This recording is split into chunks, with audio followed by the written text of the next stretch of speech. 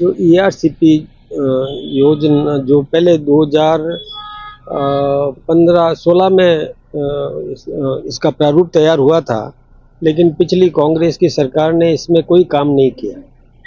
और उसके बाद हमारी सरकार जो इस बार बनी तो मध्य प्रदेश के साथ में राजस्थान का समझौता हुआ। इसमें केंद्रीय जल शक्ति मंत्री भी मौजूद रहे और वो समझौता हो गया, तो उसको धरातल पे उतारना है। उसका शिलान्यास भी हमारे देश के प्रधानमंत्री जी की मौजूदगी में और वहाँ पर होगा राजस्थान में दादिया के पास में एक बहुत बड़ा आयोजन, जिसमें राजस्थान से लगभग 2.5-3 लाख लोग उसमें उपस्थित रहेंगे। बहुत बड़ा आयोजन होने वाला है। उसमें भी उससे भी राजस्थान को लाभ मिलेगा। जो पानी की समस्या राजस्थान की जनता के लिए है कि सिंचाई और पेयजल के लिए उससे 16 जिले राजस्थान के लाभान्वित होंगे। लेकिन वैसा विपक्ष आरोप ये लगाता है कि जो एआरसीबी परियोजना वसुंधरा राजे के समय बनी थी उसको मूर्त रूप नहीं दिया जा रहा और इससे कोई फायदा नहीं होगा। ये दोनों राज्यों के बीच में जो मध्य प्रदेश और राजस्थान के बीच सियासत बनकर ही रह जाएगी सर। नहीं, ऐसा नहीं है। देखिए, हम अपने हक का पानी मांग रहे हैं, तो हमारे हक का पानी हमको मिलेगा। और दोनों सरकारों ने बैठ करके और जो तय किया है उससे हमें पूरा पानी मिलने वाला है। हमारे 16 जिले लाभान्वित होंगे। उसकी योजना बन गई, प्रारूप तैयार हो गया और निश्चित रूप से लाभ मिलेगा। ये तो विपक्ष तो आरोप लगाएगा, उसमें तो विपक्ष का काम ही यही है। वैसे सकारात्मक काम में आरोप लगाना नहीं चाहिए, इसमें सहयोग करना चाहिए, सहयोगात्मक रुख रखना, जिससे राजस्थान की जनता को लाभ मिलने वाला है, ऐसे काम करवाना चाहिए। इसी प्रकार से हम अब जवाई पुनर्भरण का जो है वो भी काम प्रगति पर है। वो भी पिछली 5 साल पिछली सरकार ने उसमें भी कुछ नहीं किया। उसमें भी हमारी सरकार ने ही किया था। 6,000 करोड़ रुपया पहले स्वीकृत किया था, 3,000 करोड़ रुपया पहले फेज में, और वो राशि मिल चुकी। वहाँ भी काम शुरू हो गया प्रगति पर। राजस्थान की 7 सीटों पर उपचुनाव हुए, 5 पर भारतीय जनता पार्टी ने कमल खिलाया। उसके तुरंत बाद प्रधानमंत्री जी राजस्थान आ रहे हैं। क्या लगता है पंचायती राज संस्थाओं की और निकाय संस्थाओं के जब चुनाव होंगे तो उसका फायदा मिलेगा भारतीय जनता पार्टी को? देखिए, फायदा तो मिलता ही है। कहीं पर भी हम यदि कोई काम करते हैं और अच्छा काम करते हैं, जनता जिससे प्रोत्साहित होती है, तो फायदा तो उसका निश्चित रूप से मिलेगा ही। और वैसे हमारा संगठन भी अब सुदृढ़ हुआ है, मजबूत है। और वैसे भी पंचायतों में भी अधिकांश पंचायतें, अधिकांश पंचायत समिति के प्रधान और अधिकांश जिला प्रमुख ये हमारी पार्टी के हैं।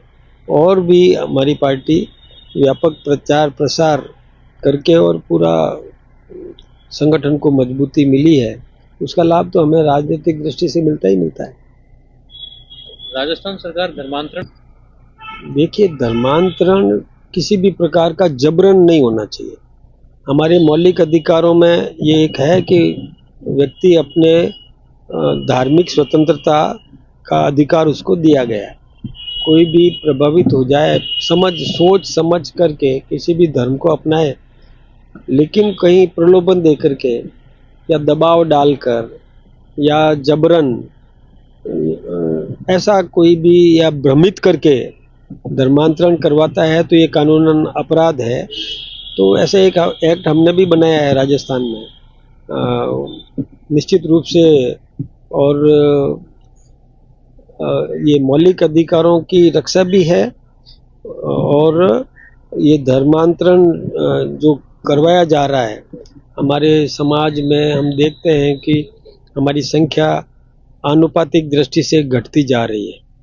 और जो इसमें प्रलोभन देकर के धर्मांतरण करवा रहे हैं उनकी संख्या बढ़ती जा रही है। तो ये संतुलन बिगड़ेगा इससे। तो यदि इस एक्ट के कारण से संतुलन व्यवस्थित रहेगा। देखिए, किसान की मांगे मानी गई है। किसान के लिए हमने राजस्थान सरकार और केंद्र सरकार ने भी, भारतीय जनता पार्टी की सरकार ने हमेशा चिंता की है। मृदा परीक्षण से लेकर के और मिनिमम सपोर्ट बढ़ाने की दृष्टि से भी, उनकी उपज का मिनिमम सपोर्ट बढ़े और बीमा सुविधा उसको मिले किसान को, फसल बुवाई करते समय कोई आपत्ति आ जाए, विपदा आ जाए, तो भी वो उसकी फसल किसान की बीमित है। इंडिविजुअल किसान की फसल को बीमा करने का जो निर्णय किया है, ये भारतीय जनता पार्टी की सरकार ने किया है। इससे पहले पूरे क्षेत्र में यदि आपदा आए, हानि हो और तो ही किसान को लाभ मिलता था, लेकिन हमने तो इंडिविजुअल किसान की फसल को बीमा करने का ये जो निर्णय ले लिया, तो किसान को तो इससे फायदा ही हो रहा है। और किसान की चिंता तो जैसे उसको मतलब सिंचाई के लिए पानी उपलब्ध करवाना, बांध को सुदृढ़ करवाना, नहरों का सुदृढ़ीकरण कराना, और इसके अलावा उसके जो औजार पर हमने कई औजारों पर टैक्स कम किया है या किसी को मुक्त भी किया है। ये सब सुविधाएं हमने किसान को दी है। किसान सम्मान निधि देने का काम भी हमारी सरकार ने किया है। किसान को तो हम ताकत देने का काम कर ही रहे हैं और भी करेंगे। कोई मांग किसान की आएगी तो सरकार गंभीरतापूर्वक उस पर विचार करेगी, चिंतन करेगी, निर्णय करेगी।